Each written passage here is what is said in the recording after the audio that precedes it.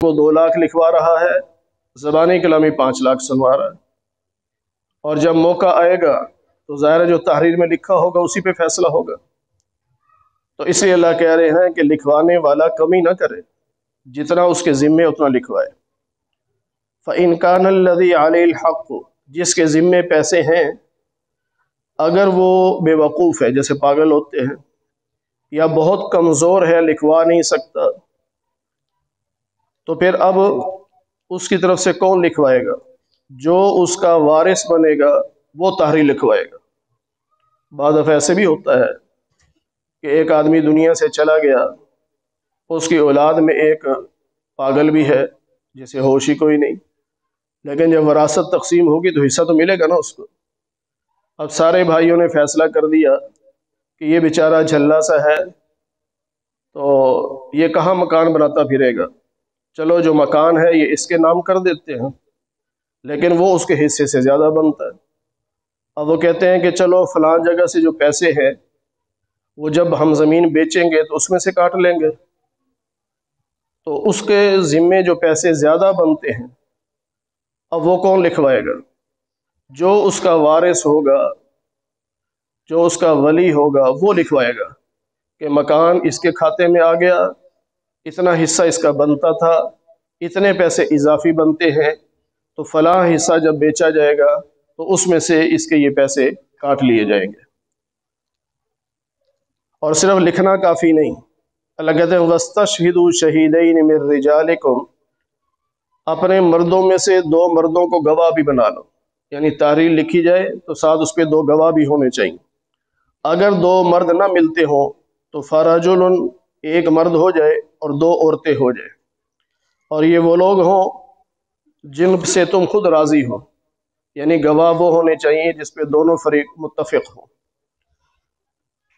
और ये औरतें जो हैं, ये 2 क्यों कही गई? एक तो शरीयत ने इनकी गवाही आदी रखी है क्योंकि ये नाक़िसुल अक़ल भी हैं, नाक़िसुद्दीन भी हैं। ये अल्लाह के नबी ने फरमाया कि नाक़िसुल अक़ल भी हैं, नाक़िसुद्दीन भी हैं। लेकिन यहाँ अल्लाह हिकमत ये बयान फरमा रहे हैं कि 2 औरतें जब गवाह बनेगी तो उसका फ़ायदा ये होगा कि अगर एक उनमें से भूल गई तो दूसरी उसको याद करा देगी। अब यहाँ ये तो नहीं कहा कि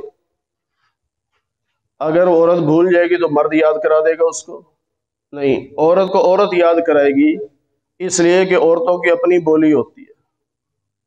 मर्द जैसे मर्जी उसको समझाता रहे उसे समझ नहीं आती, औरत को औरत समझाती है तो फौरन समझ जाती है। आपने भी घरों में देखा होगा, उमूमन औरतों की बातें जो होती है उससे पूछो ना कि ये इसकी तारीख पैदाइश क्या है, उसे नहीं पता होगा, लेकिन वो क्या कहेगी, वो फलां की शादी थी, उस वक़्त ये 15 दिन का था, या फलां फोत हुआ था तो उस वक़्त ये 20 दिन का था। औरतों को इस तरह बातें याद रहती। इससे अल्लाह फरमाते हैं कि 2 औरतें इसलिए होनी चाहिए कि एक अगर भूल जाए तो दूसरी उसे याद करा दे। वला यअबा शुहदाउ इज़ा मा दुउ, फिर जब गवाहों को बुलाया जाए तो वो इनकार ना करें, बल्कि गवाही आकर दें। और सुस्ती ना करो लिखने में, चाहे कोई छोटा मामला हो चाहे बड़ा हो, लेकिन जब उधार है तो उसे लिख लो। ये अल्लाह के नज़दीक ज़्यादा इंसाफ है और ज़्यादा गवाही के लिए भी ज़्यादा सही यही बात है।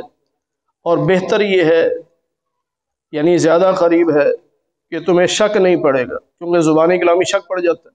जब तहरीर सामने आ जाती है तो फिर वो शक ख़त्म हो जाता है। हाँ, जो चीज़ नकद लेन देन कर रहे हैं उसके लिखने की ज़रूरत नहीं, क्योंकि अगर हर चीज़ के लिखने का हुक्म दिया जाता फिर तो बड़ी परेशानी होती। अब ये जो छोटे छोटे दुकानदार हैं बेचारे, एक मुंशी रखे हैं जो हर वक्त लिखते ही रहे, फिर तो इसलिए अल्लाह ने आसानी पैदा फरमा दी कि जो चीज़ नकद पैसे दे के ले ली उसके लिखने की ज़रूरत नहीं। लेकिन इसमें एक एहतियात ज़रूरी है कि कीमती चीज़ हो तो उसको फिर भी लिख लिया जाए, क्योंकि हो सकता है कल को कोई मुकर जाए, चीज़ कीमती होती है। जैसा कोई प्लाट खरीद लिया, मकान खरीद लिया या गाड़ी खरीद ली, बंदे नकद पैसे दे दिए और चीज़ पे कब्जा कर लिया कि ठीक है भाई हो गया, लेकिन तहरीर फिर भी लिख लेनी चाहिए कि कल को बंदा मुकर जाए कि जी मुझे तो पैसे नहीं दिए इसने, اور میری گاڑی لے کے بھاگ گیا ہے، اب کیا کریں گے؟ تو اس لیے جو قیمتی چیز ہو اس کو تحریر میں لے آنا یہ بہتر ہے۔ فرمایا کہ وَأَشْهِدُوا إِذَا تَبَايَعْتُمْ، پھر بھی گواہ بنا لیا کرو، وَلَا يُضَارَّ كَاتِبٌ وَلَا شَهِيدٌ، لکھنے والے کو بھی تکلیف نہ پہنچاؤ، گواہوں کو بھی تکلیف نہ پہنچاؤ۔ یعنی اس بیچارے کیا قصور ہے جو گواہی دے رہا ہے؟ جس طرح ہمارے ہاں ہوتا ہے، عدالتوں میں گواہ آتے ہیں تو راستے میں اڑا دیتے ہیں، قتل کر دیتے ہیں۔ اللہ کہتے ہیں انہیں تکلیف بھی نہ پہنچاؤ۔ وَإِن تَفْعَلُوا، اگر تم ایسا کرو گے یعنی لکھنے والے کو یا گواہ کو تکلیف پہنچاؤ گے تو فَإِنَّهُ فُسُوقٌ بِكُمْ، یہ تمہارے لیے گناہ ہے۔ اللہ سے ڈرو اور اللہ نے تمہیں جو سکھایا ہے اس پہ عمل کرو، اور ہر چیز کا علم اللہ کے پاس ہے۔ کبھی ایسا بھی ہو جاتا ہے کہ بندہ سفر میں ہے